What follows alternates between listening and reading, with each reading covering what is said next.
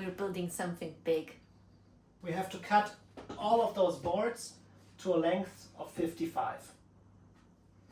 That way. Yeah, we're building a side table for the couch so the cats don't knock the glasses over all the time. But cats, he means me. I'm the one spilling the wine all the time.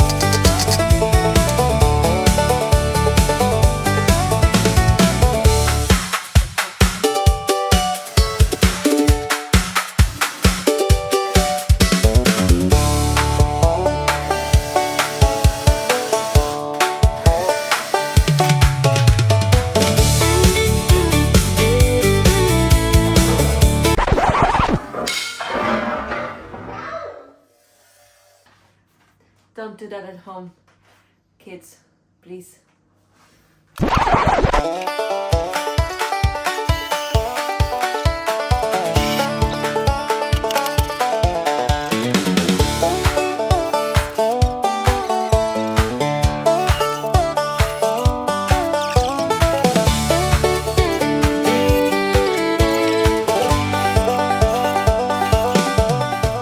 We found a small problem that underneath the couch there is a leg which we need to cut out that it actually fits seamlessly, smoothly, fully under the couch, so we need to cut.